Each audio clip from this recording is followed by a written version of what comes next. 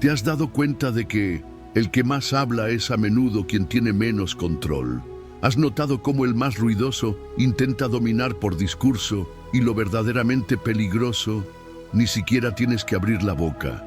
¿Qué pasaría si te dijera que el silencio puede ser el arma más letal que existe?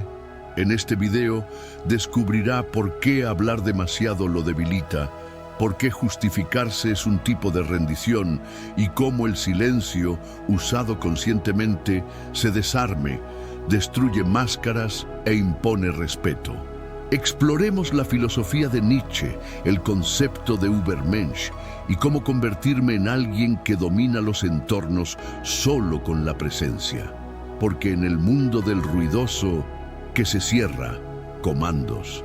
Si te has cansado de tratar de ser escuchado, tratando de probar tu valor en las conversaciones donde nadie quiere entender, entonces estás en el lugar correcto. Suscríbete ahora al canal porque en este video entenderás cómo el silencio, cuando se usa bien, se convierte en una forma absoluta de dominio. Y al final de este video, le revelaré cómo transformar el silencio de la sumisión en un grito de autoridad invisible. Vivimos en una sociedad que idolatra la palabra. Creemos que necesitamos explicar todo, justificar todo, probar todo con argumentos. Pero, ¿qué pasa si este impulso de hablar es en realidad un signo de debilidad? Nietzsche ya había notado: quien habla demasiado revela demasiado. Quien intenta convencer al otro en realidad está tratando de convencerse. La palabra, en este contexto, no es comunicación, es defensa. Y cada defensa es un punto débil expuesto.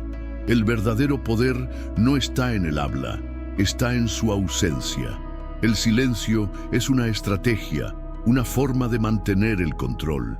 Debido a que cada palabra dijo que es una pieza dada al oponente, es una ventana abierta para que el otro ve sus miedos, su urgencia, su inseguridad. Y en este juego psicológico, quien no se omite, se fortalece. Es en silencio que se construye el misterio, y es el misterio que se intimida. Cuando entiendes esto, algo cambia dentro de ti. Te das cuenta de que ya no necesitas superar el debate, convencer a nadie para explicar tu verdad. Su presencia por sí misma impone respeto.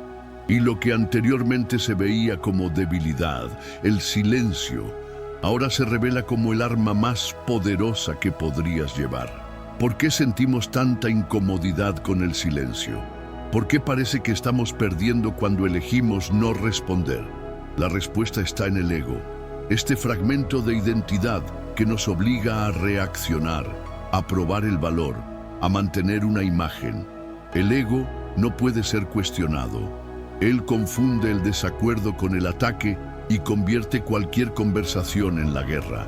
Nietzsche llamó a esto la moralidad del rebaño, la necesidad de ser aceptado, validado, reconocido por otros. Es por eso que sientes esa urgencia de responder, refutar, corregir. No es sabiduría, es miedo. Miedo a parecer débil, miedo a perder el control de la narrativa.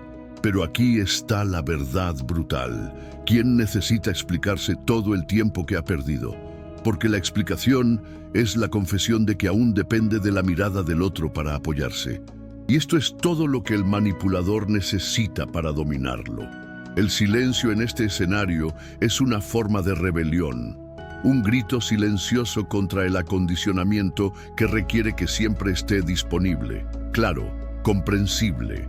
Cuando te callas, rompes el ciclo. Te niegas a alimentar el ego del otro y, lo más importante, comienza a debilitar el tuyo.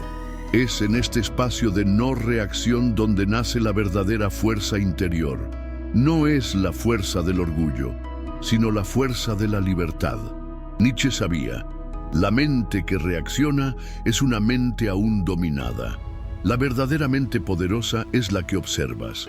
Mientras los demás gritan, te das cuenta. A medida que se exponen a sí mismos, se descifra. Y esta capacidad de no reaccionar de inmediato, transformar el silencio en un espacio de análisis, es lo que diferencia a los fuertes de los dominados. No responder es más que madurez, es pura estrategia. En silencio comienzas a ver lo que otros esconden entre palabras. La inseguridad disfrazada de arrogancia, el miedo detrás de la agresión, la necesidad de validación detrás de cada intento de dominación. No tienes que decir nada, solo ves. Y al ver, gana control. Porque ahora, mientras luchan por el control narrativo, dominas el terreno emocional. Este es el arte de la no por reacción. Se resiste a la necesidad de querer arreglar, responder, argumentar. Y en este espacio, el otro se derrumba, porque sin su reacción se encuentra ante sí mismo, y eso para muchos es insoportable. No ganaste porque hablaba mejor, gana porque no jugó. Y no jugar, cuando todos esperan que vayas a la arena, es la obra más poderosa. Nietzsche no escribió a lo común, le escribió a lo raro, para aquellos capaces de transformarse más allá de la moralidad social, más allá del condicionamiento. El Übermensch, o más allá del hombre, no vive bajo reglas externas. Él crea sus propias leyes, su propia presencia. Y más que eso, él domina el mundo no con gritos, sino con el aspecto. No tiene que decir, él es. Este ser no ingresa a debates inútiles, no juega el juego de aprobación. Él mira, sentarse, poner asa. Y cuando actúa, lo hace con precisión quirúrgica. Entendió lo que más ignora. El silencio es el lenguaje de la presencia. No es ausencia de sonido, es presencia absoluta. Y es esta presencia la que desestabiliza. Debido a que no se dobla, no se explica, no está justificado, solo existe. Ser un Übermensch es ser emocionalmente inaccesible, no para la frialdad, sino por la conciencia. Es saber que cada palabra gastada sin necesidad es desperdiciado. Y así habla poco, pero cada palabra suya es una oración, cada gesto, una declaración, cada silencio, un golpe invisible. Porque aquellos que dominan su propio mundo interno, ordena cualquier entorno en el que pisen. El manipulador vive en reacciones. Te empuje para que grites, te acusa de defenderte, te provoca a probar algo, porque en el fondo no quiere su opinión, quiere su control. Y mientras reaccione, gana. Pero cuando te callas, cuando miras, cuando rechazas el juego, se desespere. El silencio en este contexto es como un espejo. Él refleja en el otro lo que más teme, su propia inseguridad. Sin su reacción, el manipulador pierde el script. Comienza a tropezar con sus propias palabras, a revelar más de lo que quería, debido a que necesitaba que apoyara la ilusión, y ahora, sin su participación, todo comienza a desmoronarse. La ausencia se convierte en tu arma, y cada segundo de silencio es un corte quirúrgico en tu máscara. Nietzsche sabía que el mayor poder es el autocontrol. No dominion sobre el otro, sino sobre ti. Y cuando dominas tu deseo de reaccionar, explicar, defender, te vuelves peligroso, porque ahora eres impredecible. Ya no se puede manipular, porque nadie más sabe dónde está su botón de control. Y en el mundo de reactive, que se cierra, comandos, no todos los silencios son fuerza. En muchos casos, el silencio está disfrazado de desesperación. Un grito contenido, un intento de sobrevivir. A veces, el silencio no es elección consciente, es la única forma en que el alma ha encontrado que apoya. Te tragas el dolor, evita el conflicto, baja la cabeza, pero por dentro, algo se va. Peor aún, comienzas a creer que este silencio forzado es la madurez, cuando, de hecho, él es su prisión. Nietzsche vio un tipo perverso de rendición, el del espíritu que anulaba para no lesionarse, y en este tipo de silencio no hay poder, hay sumisión. Empiezas a desaparecer de ti mismo, renunciar a su voz para mantener una paz que no existe.